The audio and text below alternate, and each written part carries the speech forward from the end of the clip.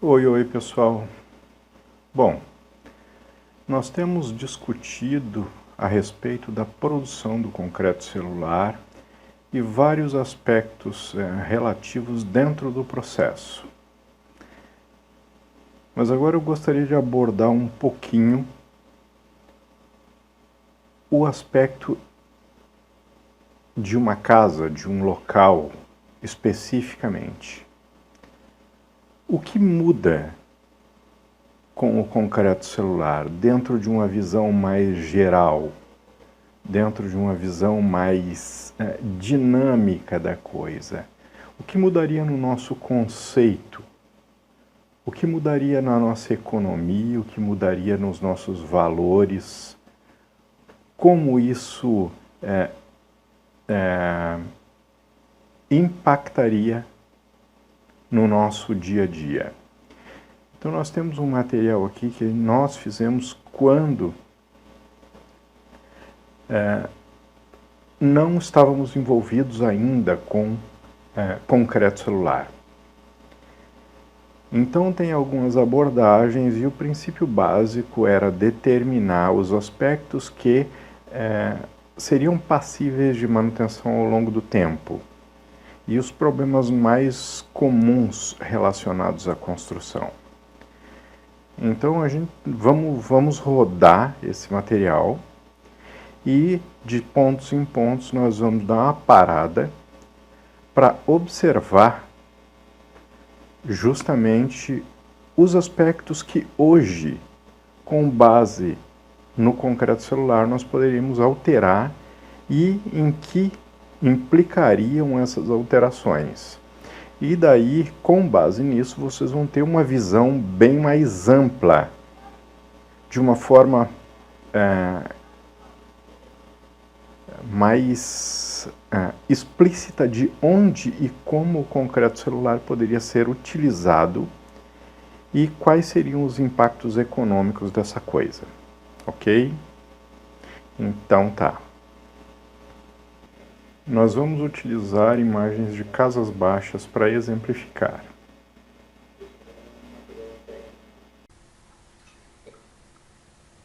Este material foi produzido pela Predial Manutenções.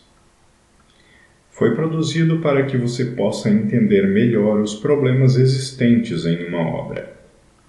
Criamos uma série de vídeos que se iniciam na construção de uma edificação.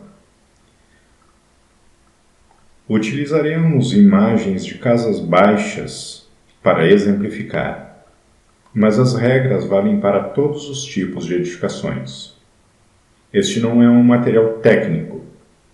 Este material foi criado para que as pessoas tenham um melhor conhecimento da estrutura de uma edificação. A linguagem é simples e objetiva e tem por função fazer com que o usuário compreenda.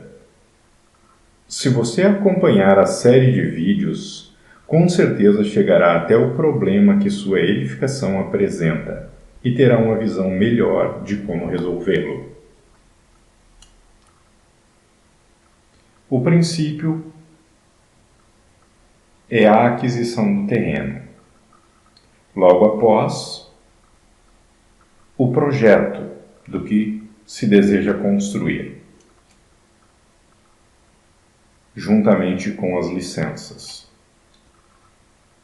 O primeiro passo é pedir as instalações de água e luz para abastecerem a obra. Agora entra a preparação do terreno e locações. Dependendo do terreno e do peso da estrutura, vai ter que ser estaqueado. Se for uma estrutura mais leve, não há necessidade. Podem ser utilizadas sapatas, mas isso tem que ser calculado.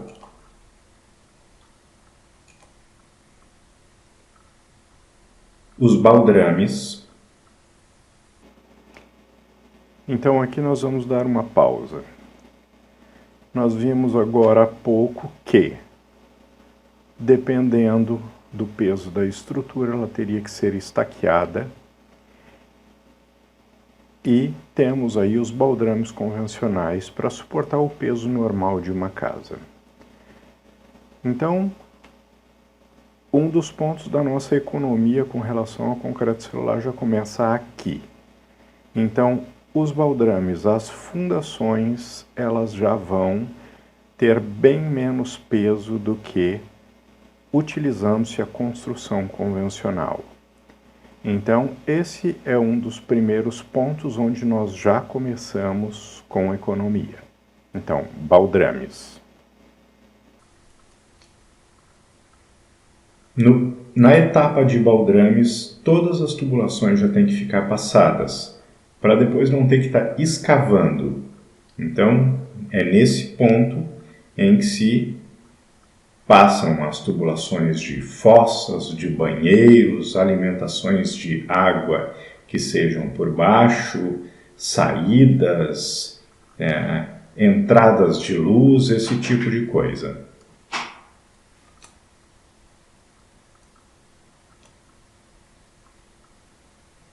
Uma observação importante é que os baldrames devem ser impermeabilizados. O aspecto de não fazer, de não seguir esse ponto, acarreta em umidade ascendente, que vai ocasionar a destruição das paredes em um curto período de tempo.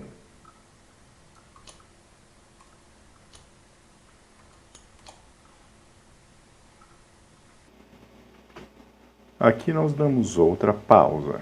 Então, com relação à proteção das paredes, por causa do concreto celular, nós temos a convicção e a certeza de que ele absorve mais água. Mas aqui nós já vamos fazer a abordagem a respeito da proteção do primeiro metro de parede, que deveria de ser feito independentemente de ser concreto celular ou não. Então, esse processo é um processo importante que, tanto em uma quanto na outra parede, devem ser feitos. Infiltrações a partir de solos úmidos. Então, a água bate no baldrame e ela tem a capacidade de subir, dependendo do reboco, dependendo da consistência do material, 80 centímetros, 1 metro, ela consegue subir e destruir a parede. Logo depois nós vamos fazer o aterramento do baldrame. Vamos observar que, nesse ponto, todas as tubulações já devem estar passadas, para que depois não seja necessário escavar, mexer nisso. Próximo passo vai ser ou contrapiso, dependendo da obra, ou então a elevação das paredes. Aqui inicia-se a elevação das paredes. Seguindo, já deixando os espaçamentos e os pontos onde subirão pilares.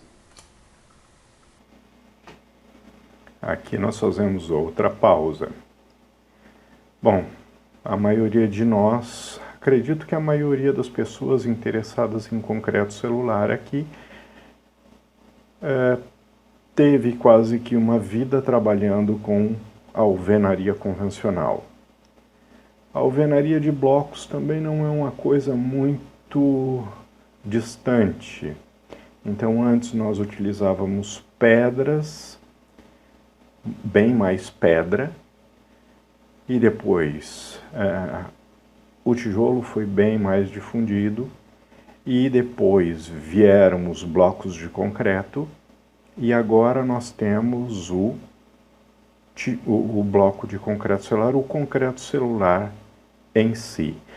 Ele não necessariamente tem que ser um bloco, ele pode ser um painel com o pé direito da casa, ele pode ser blocos de grandes dimensões, ele pode ser fundido a parede inteira, ele pode ser moldado o bloco e trazido e simplesmente fixado nas suas devidas posições, montando, como existem empresas aí que montam uma casa em 2 dias, levantam ela, né?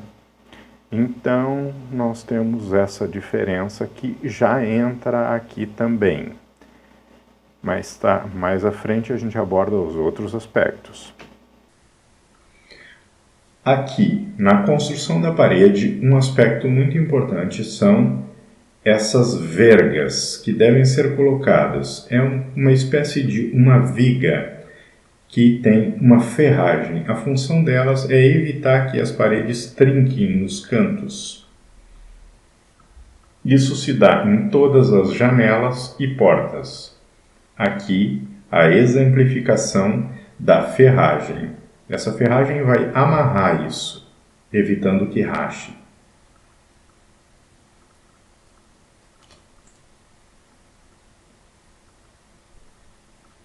A ferragem dos pilares, obedecendo uma distância.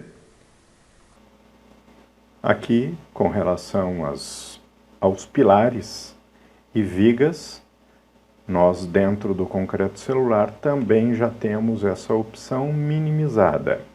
Então nós minimizamos ela lá na estrutura, minimizamos aqui no tijolo, minimizamos agora novamente aqui nos pilares e vigas. Então, no caso de blocos perfurados, nós já vamos fundir esses pilares nessas perfurações dos blocos.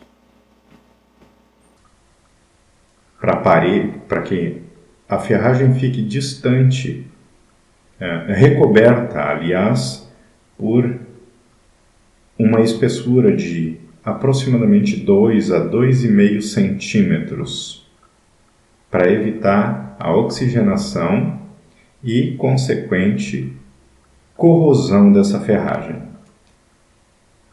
Aqui os pilares já concretados. Então aqui nós economizamos novamente em concreto e em madeira de caixaria.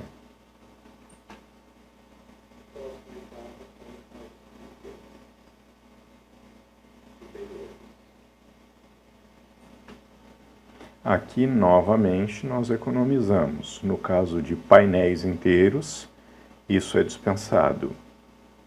Quer dizer, já tem uma modulação específica para a parte de vigamento. A próxima etapa são as vigas superiores. Essa edificação aqui, nós percebemos que ela não tem as vergas aqui, ó. Então, ela possivelmente vai apresentar o problema de trinca nesse sentido, porque a estrutura trabalha. No caso de blocos, nós temos os blocos canaleta, que vão fazer o fechamento da viga e vão dispensar a madeira de caixaria, que é um desperdício na construção civil. Nossa próxima etapa é a laje. Essa laje pode ser com blocos de isopor ou uma laje convencional de tijolos. A vantagem entre as duas é o isolamento térmico e acústico. E a facilidade também. E aqui entra novamente o concreto celular. Então nós temos agora a possibilidade de fazer os nossos tijolos de laje em concreto celular. Nós temos a possibilidade de fazer, de determinar um modelo de tijolo de acordo com uma necessidade, de acordo com um projeto, de acordo com um vigamento, claro, obedecendo às normas específicas, mas nós temos essa vantagem com um material excelente que já vai nos proporcionar um isolamento térmico e acústico. Na etapa da laje, entram todas as tubulações de laje. Tubulações elétricas, tubulações de água, tubulações de esgoto. Então, todos os tipos de tubulação passam por aqui, dependendo de quantos andares a obra vai ter. Então, por aqui são ligadas todas as caixas de teto, todos os sistemas. Então, aqui novamente entram vantagens do concreto celular. Então, nos casos de alvenaria convencional, nós temos que sair rasgando essas paredes todas para colocar as tubulações elétricas, tubulações hidráulicas, telefonia, antena e por aí afora. Então, no caso de blocos vazados, alveolares, nós já temos essa função garantida. Isso nos economiza em material, nos economiza em entulho, em remoção de entulho. Algumas obras vão ser em terrenos, outras obras vão ser em prédios. Essas obras vão ser nos lugares mais distintos possíveis.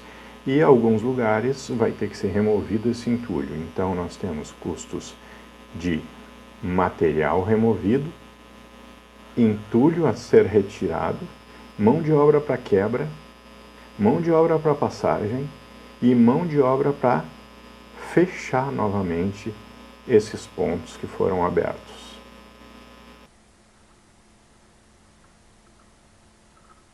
Aqui nós temos a rede de esgoto, a rede elétrica. Aqui é a parte de baixo da laje. Aqui vista de cima. Então, todas as tubulações passam por aqui, elas ficam no meio do concreto.